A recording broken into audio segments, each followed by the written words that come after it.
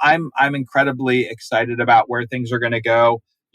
There's going to be valuation pressures, but in the end, great companies will continue to get funded. And I firmly believe that.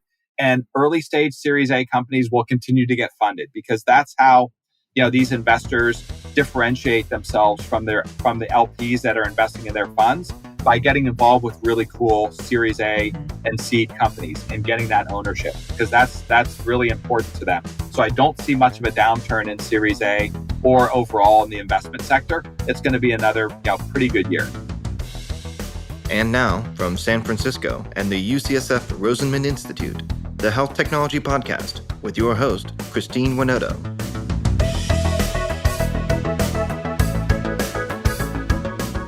For a lot of our listeners, a good year in the health tech market can make the difference between success and failure.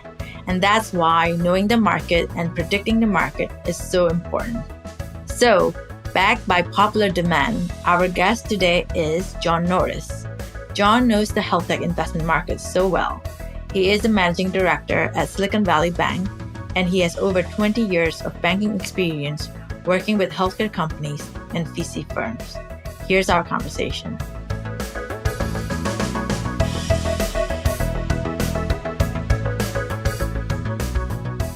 Well, welcome, John. Thanks for joining me this morning. And for our listeners who can't really see the video here, I just want to describe it a little bit. I'm here in my living room, and John is sitting in his Tesla taking this call.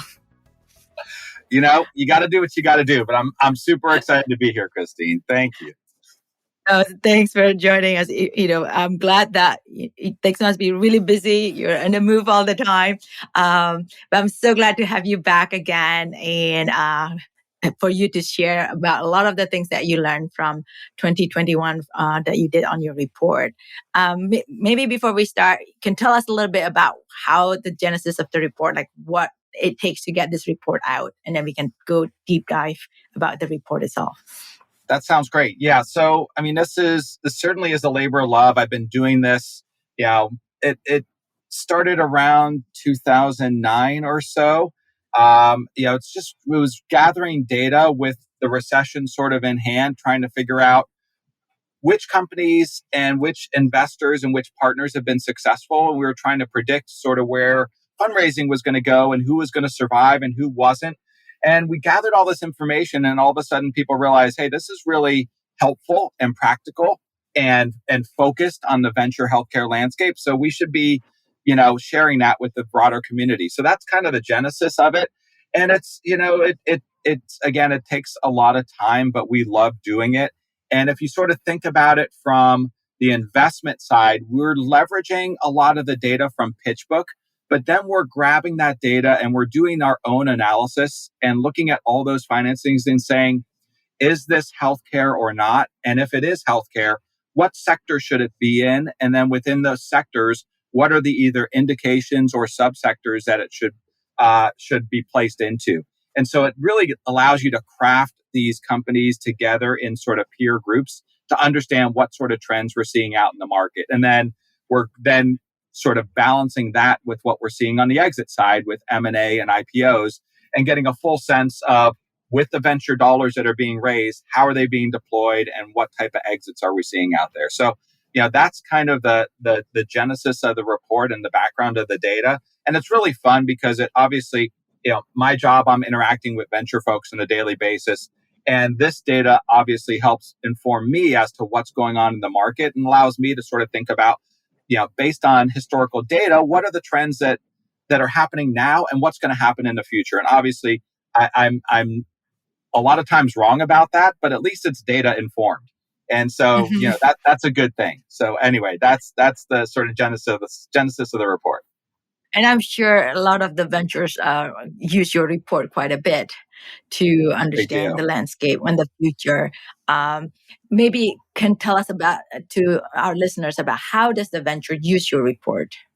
Yeah. So, when you sort of think about the investors, when I think about investors, obviously these are very smart folks.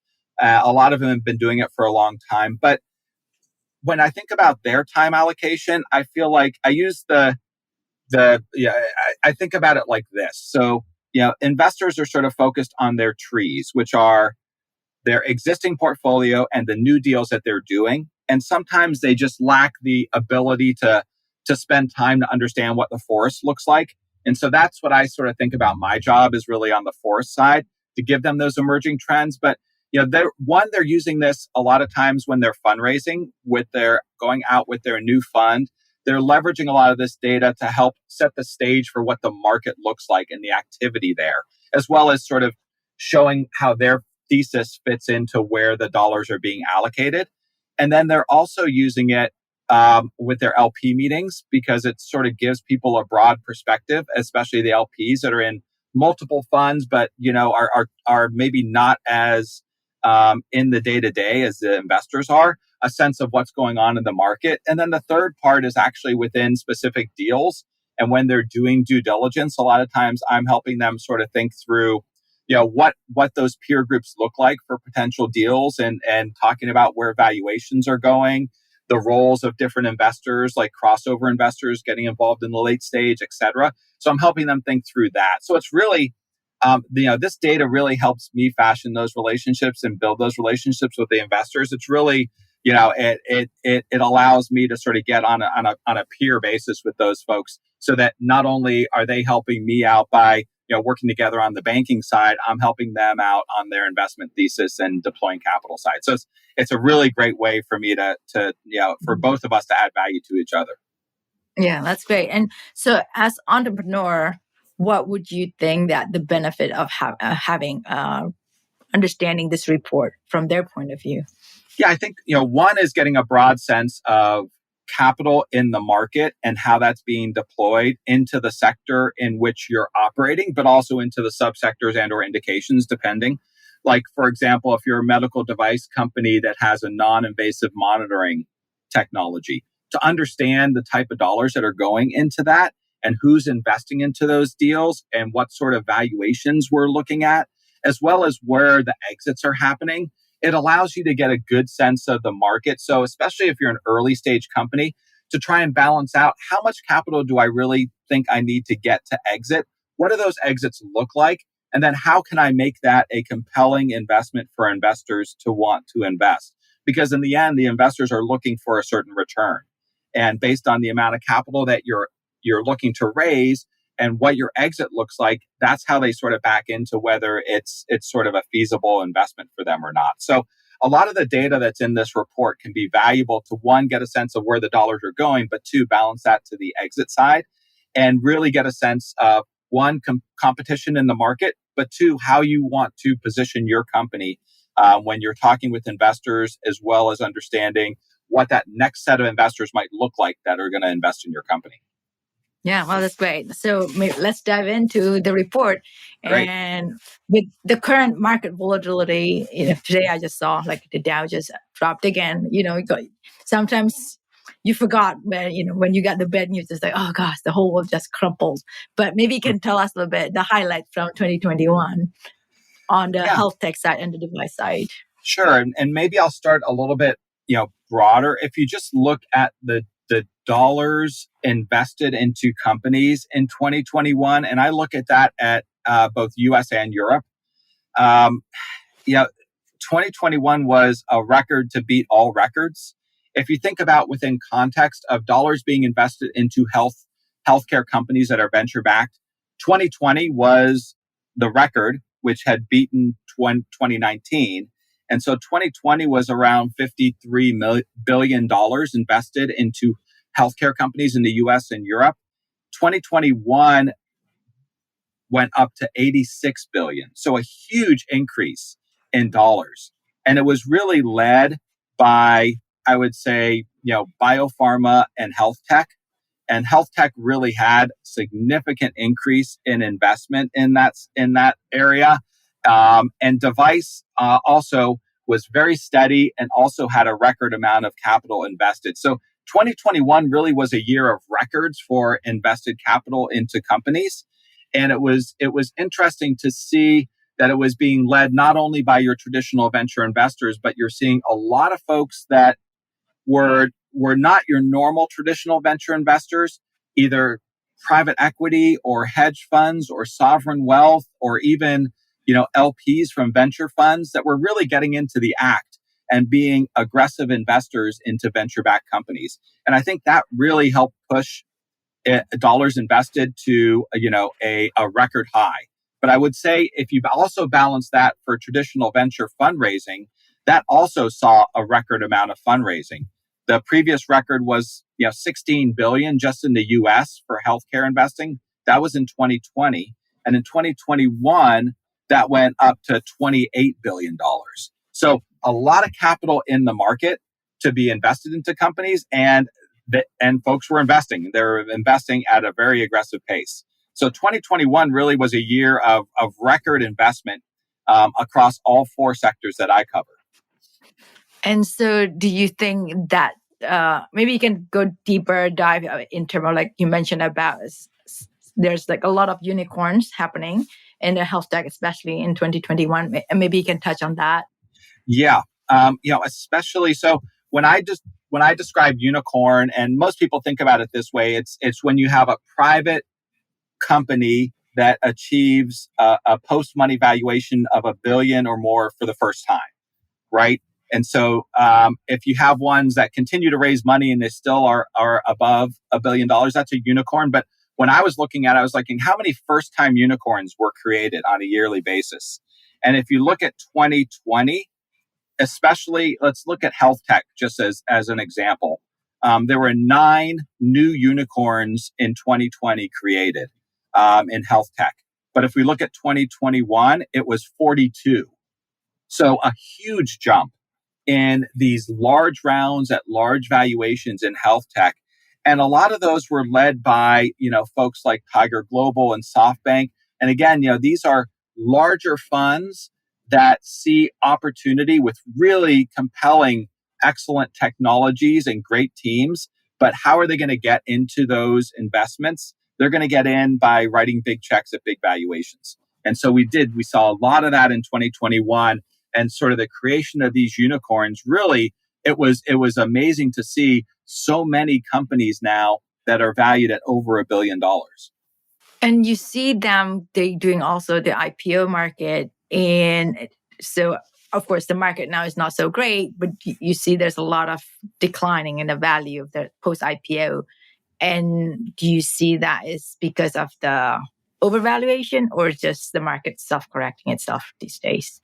I mean, I think it's a little bit of both, but I do think, valuations are way ahead of the progress of the company, especially over the last couple of years and especially in health tech.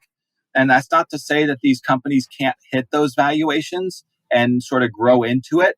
But I think because of all the competition in the market and the excitement of these larger later stage investors coming in, that what we've seen is that these companies are getting very, very aggressive valuations. And when you try and leverage that into getting into the public market, we've seen less than spectacular results there. And so it's a very interesting time where you have a lot of these companies that have $1 billion plus valuations, but they also have a lot of cash in the bank.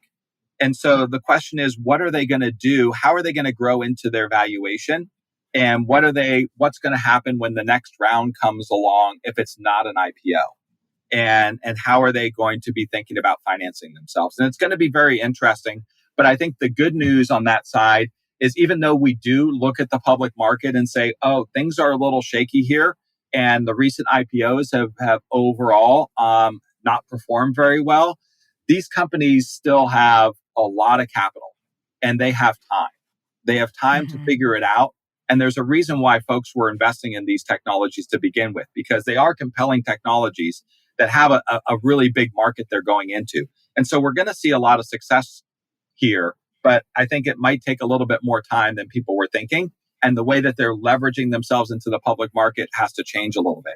And so the real question becomes, do those companies become M&A opportunities, or do these companies that are private and have these billion-dollar valuations with large amounts of cash, do they end up becoming actually consolidators within the private VC market and looking for ways to expand their technology and their reach by leveraging sort of venture-backed companies that they can buy because they have so much capital. So it's going to be really interesting to see where things shake out.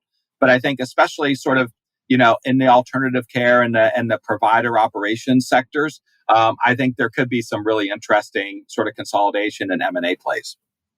Do you think it's kind of make me think about when you said this about, the technology company of many decades ago, they have a lot of money and then they start buying things before they even hit the IPO market.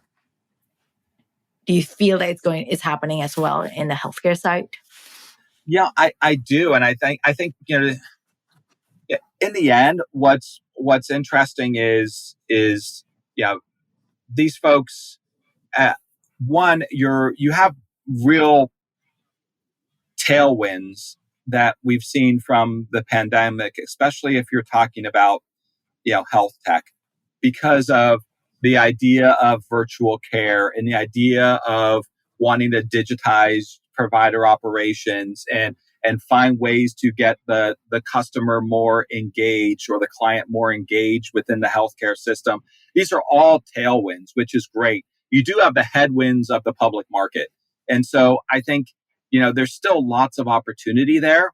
And you just wonder, I think from my perspective, you do wonder whether there's just too many companies that are all pursuing similar ideas. But I think that's sort of endemic across venture.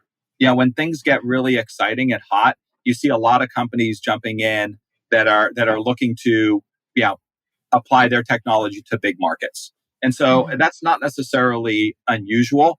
But what is unusual is that they have these huge valuations and they have a lot of cash, because we really haven't seen a lot of private type of consolidation in venture in quite some time. So I think you're going to see a lot of that in the coming years, especially within health tech. This podcast is sponsored by Brown Rudnick's Global Life Sciences Group, a team of legal professionals that help life science companies, lenders, and investors around the world turn good science into good business. Learn more at brownrudnick.com. This podcast is also sponsored by Canon Quality Group. Canon Quality Group has been helping medtech startups set up quality management systems for over 10 years. If you're unsure when to get started with quality management in your startup, turn to the experts at canonqualitygroup.com. Do you think eventually, I'm just thinking about comparing it to technology, in the past there's Google, there's Yahoo, and at the end now there's only Google. And you think that it's happening that way eventually with the healthcare side? Because everybody's it's a big market. Everybody feel like there's room for everybody, but at the end, people get pushed out. Yeah. I think there's also the idea that the specialists need to branch out, and you need to be thinking about broader applications to your technology, because that just allows more market opportunity. And so I do think that it feels like there's a little bit of a pressure out there for folks that have niche opportunities to be thinking about, especially if they have the capacity and the capital to do it, to branch out and become, if you sort of think about, how Google in the very beginning was so solely focused on one little thing, and how much they've branched out to be, what they are today.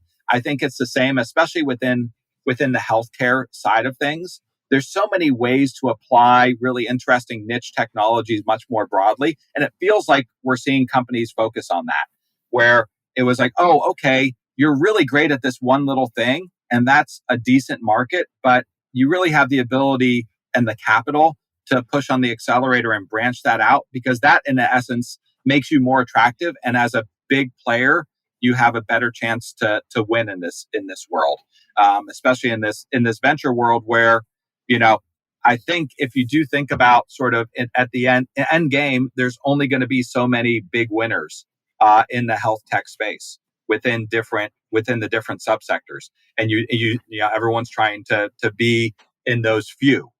And so it's going to be interesting the way it shakes out. Again, these are all sort of perspectives on what do we think is going to happen, and we're trying to leverage data to figure that out. But it's anybody's guess is valid, but at least we try and put some data around it. Yeah, no, I think that'll be really interesting. I wonder, what it will be interesting to write down what your prediction and then see whether that comes true or not. But I don't think I do put that. I do put that at the end of my report. So you can look at last year's and see how wrong and right I've been, and I think it's generally pretty mixed. But this year when we did look at the end of the end of our report, I think there were a couple things that we drove on the health tech side, and I think we were predicting massive consolidation. And that there's going to be a lot of acquisitions for companies looking to enhance their product offerings, expanding reach to other markets, as well as like acquihire, because talent is so important there. Not only on the sort of the company talent side, but sort of the staff side when you think about services oriented companies as well. So that's kind of what we're predicting. And we'll see what happens. Yeah, no, that is always fun to see when it's right. And it's like, but then you see there's a lot of external factors at play that sometimes you don't know that's going to happen. One of the things I noticed also last year when we spoke, everybody's talking about SPAC a lot. Mm-hmm. And so now is the de-SPACing time. And can you tell us more about where we are on that? Yeah, I mean, I wouldn't call it a failed experiment, but I will say that the sort of the bloom was off the rose of what we saw in 2020, where everybody was raising SPACs. I think some of them have been successful. There's a lot more that are still looking for targets that haven't found targets yet, and certainly the reception in the public market, as well as the ability to actually de-SPAC with the shareholders actually, agreeing to this de-SPAC has been a challenge. And so most of these companies, if it's fallen apart and they haven't gone out, that's one thing. If they have gone out, they've traded down because it kind of feels like there's a lot of discussion around lofty valuations for these de-SPACs. And so they're coming from a position of being a little bit overvalued to get the deal done. And so far it's been, probably less exciting than people had expected. But that being said, SPACs aren't necessarily, they're not new. Like SPACs have been around for a long time. And really what SPACs were used for, let's say before this, excitement of 2020 was, special opportunities where, the company couldn't go public on their own, or there was just an interesting story around it, or a little bit of hair, or they just had pivoted from one thing to another, but had a really compelling story and or technology. Those are the ones that were really leveraging SPAC. And so it's I think we haven't seen it be as aggressively successful as folks thought it would be.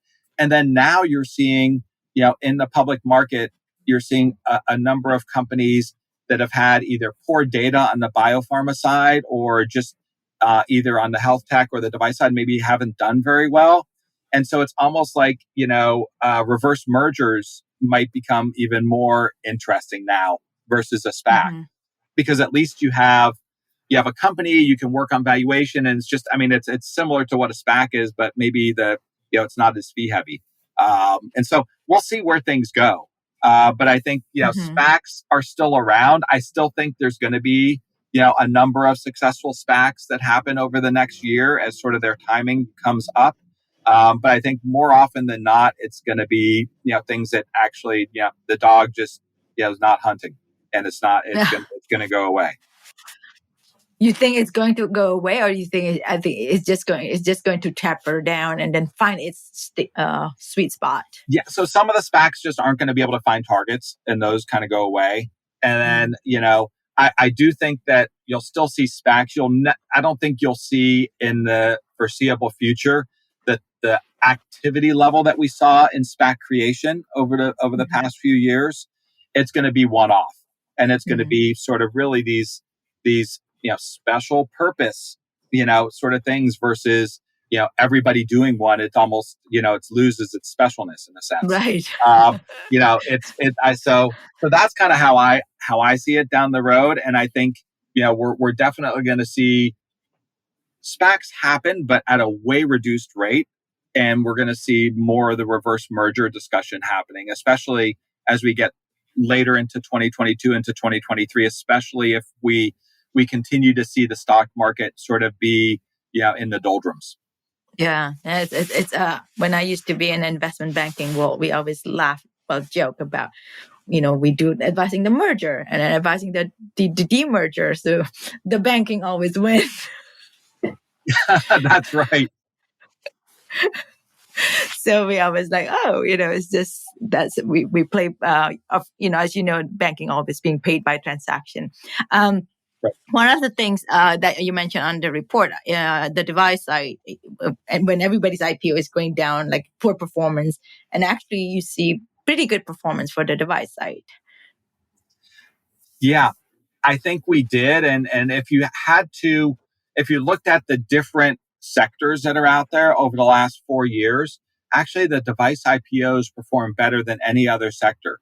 But, it would be great to say that they've been able to withstand the downturn in the market that everybody else is a part of, but they haven't. But they still have done well.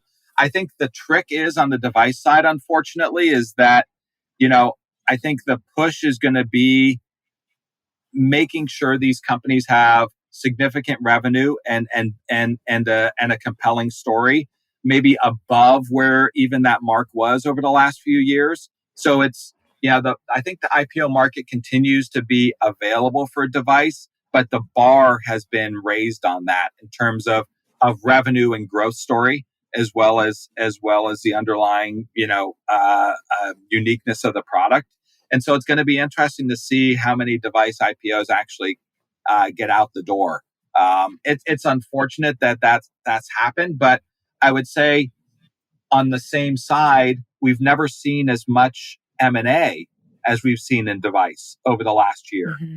And the M&A has been really diverse from, you have your usual folks like the Bostons and the Medtronics and the Strikers, et cetera. But you're seeing a lot of these mid-cap companies, small to mid-cap companies that went public over the last 5 years that started to acquire venture-backed device companies. And then you saw, I think there were 3 different transactions that had China-based companies acquire U.S. Venture-backed companies. And then you're seeing some other sort of spin-outs within the broader healthcare space into companies that are a little bit more focused on the device side. And then those folks have been acquisitive as well. So I think even though you're probably going to see a pullback in the device IPOs, the M&A side really feels like it's never been more robust in terms of the number of acquirers. But I think, the double-edged sword of the tougher parts of the market pulling back on the IPO side may mean that, the big folks, as well as the small to mid-cap companies, might become a little bit more, maybe they're playing the waiting game for these companies and making them get more and more to being actually accretive to the bottom line, because all those folks that are in the public market have had to deal with valuation push in a negative sense, just because of the broader market implications. So even though there's more acquirers out there, I'm cautiously optimistic we're going to have a good amount of M&A. But I do think that these folks have to think internally. And I think that the troubling, or not the troubling, but the more difficult part of being a device public company versus biopharma. Biopharma, your shareholders want you to acquire super early stage assets because that's how you refill your pipeline. Mm-hmm. On the device side, it feels like there's a lot more EPS focus. And it's like they want you to, defend the areas that you're doing well in, and they want you to branch out into new areas, but they want it to be, as accretive to the bottom line as possible. And so, there's a push there for these companies that even if you're a PMA with a really interesting technology, it's harder to get to an exit because, folks in the end don't want to buy the company and then have to pay for the the finishing of the pivotal trial, and then the FDA submission, and then the revenue ramp. In a perfect world, they want to grab companies that are already in revenue. So it's a little bit. I mean, it's a more difficult endeavor for the device companies, but it's very interesting. You sort of obviously that as I mentioned before, the IPOs have performed pretty well in the device market. But if I look at dollars invested versus exits in the different healthcare sectors, device ends up being towards the top, but very, very consistent at around 2.5x in terms of exit value to dollars invested over the last 4 years. And I know that's sort of not an apples to apples comparison because the dollars invested are not the ones that are coming out in the exit, but it's kind of, you are looking at sort of a flow of capital. And if you look at the flow of capital, a lot of the other sectors are very uneven, but device seems very consistent. So I like the fact that one, even though you're seeing records in device, it's not 6 times as big as it was 3 years ago. You're seeing 15, 20% growth in terms of dollars invested on the device side versus doubling. But you're also seeing an increase in these IPOs and now an increase in M&A last year. So I like where device is, but I'm sort of cautious about what's going to happen for acquirers. And are they going to sit on their hands? Are they going to be worried more about, figuring out a way of dealing with the pandemic and their valuation in their overall market cap versus looking to acquire new technologies? It's going to be interesting to see. I think we're still going to be okay. As excited as I was at the end of 2021, looking at through the first quarter of 2022 and where the market's gone, I'm less excited about seeing an actual increase in M&A for device.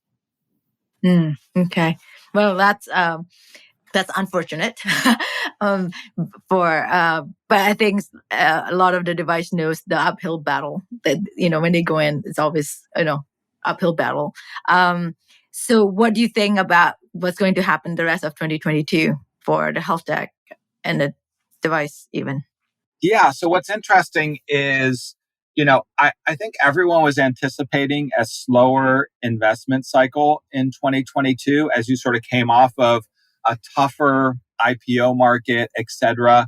And then obviously some macroeconomic things in the world that maybe people would slow down their pace. And I think they have a little bit, but that pace, just to put it in context, in both device and in health tech, the pace of investment in Q1 was very close to the pace that we saw in 2021. And just as a reminder, obviously 2021 was the biggest record investment pace ever. And so it's somewhere shy of that, but ahead of 2020, which was the second best record investment pace ever. So we see a lot of investment. It continues. And it doesn't really surprise me because a lot of folks are investing with newly closed venture funds. And these venture funds, I mean, you have a certain amount of time to make new investments in portfolio, and then you're supporting those companies over time. So you may not be investing maybe as quick as you were in 2021 or 2020, but you still have to make investments. So we are seeing that. What's interesting to me is so both device and health tech look pretty strong in terms of investment numbers. I also look at valuations because that's really the other part of the equation. When you think about, it's great to see, investments are happening, but isn't there valuation push because all these public companies or IPOs that went out over the last couple of years are trading down, fairly significantly in some cases? And how does that, what's the lag between seeing the public market not perform as well as it has and seeing that affect valuations? And I think we're seeing it affect valuations a little bit quicker in device than in health tech. And I was looking at the Q1 activity in health tech. I was looking at the companies that raised in 2020 and 2019 that financed again in the first quarter of 2021. And I was looking at what's the step up in valuation for what they were valued at that last financing and what the pre-money valuation was of those deals. And actually in health tech, it actually seemed to even go higher. And so in PitchBook, they only have, let's say, about 8 to 10% of the overall deals that actually have valuations associated with it. But if you look at those numbers, the median step up for health tech was around 3x from in terms of valuation uptick. That's a huge upswing in valuation. So I was really surprised to see that. And it's not what I was expecting. I think on the device side, it was a little bit lower where you actually saw, more of I think it was around 1.3x, and you actually had a couple down rounds in those deals. But in health tech, it just seemed like it was continuing to go up and to the right with a lot of really high valued financings happening.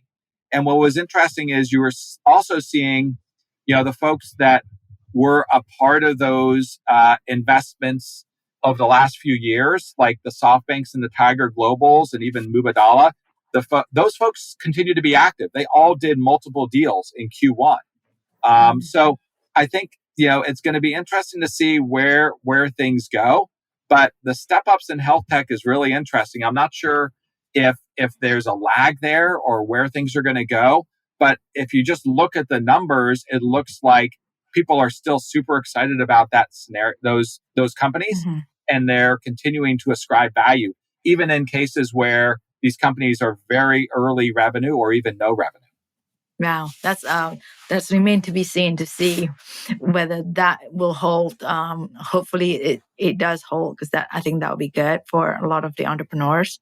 Yes. But I know I can talk a long time with you, and we're short of time, but I really appreciate you taking the time to share with us your insight, what you learned from 2021, and your thought about 2022. And it looks like things are moving not so bad, even though the market is crashing left and right.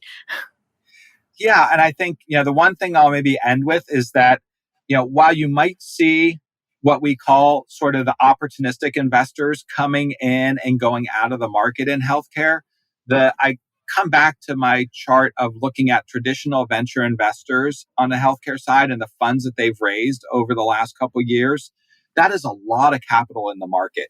So entrepreneurs that might be fearful that, investors aren't going to invest, it's not true, because they have the capital and they have to invest it. So for the next couple of years, even if the public market is difficult, those folks have a thesis that says that I need to invest into new companies over the next 3 years. And so they're going to continue to invest. So, we got to take it with a grain of salt, what's going on in the public market, and know that things are cyclical. But it's great to see that there's a lot of dedicated traditional venture capital out there, that while folks who come in and out of the market might decide to go out, the venture investors are there. And that's their thesis. So I'm incredibly excited about where things are going to go. There's going to be valuation pressures, but in the end, great companies will continue to get funded. And I firmly believe that.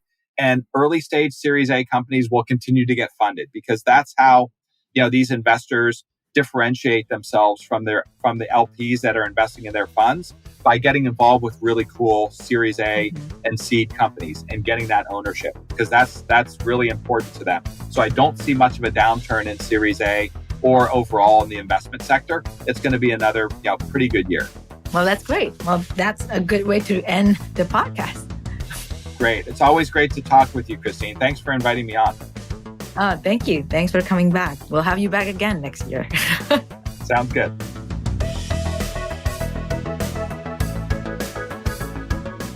Thank you for listening to another episode of the Health Technology Podcast. We want to thank our executive producer, Herminio Neto, and our podcast engineer, Andrew Rojek. If you enjoyed this podcast, be sure to subscribe and leave a review.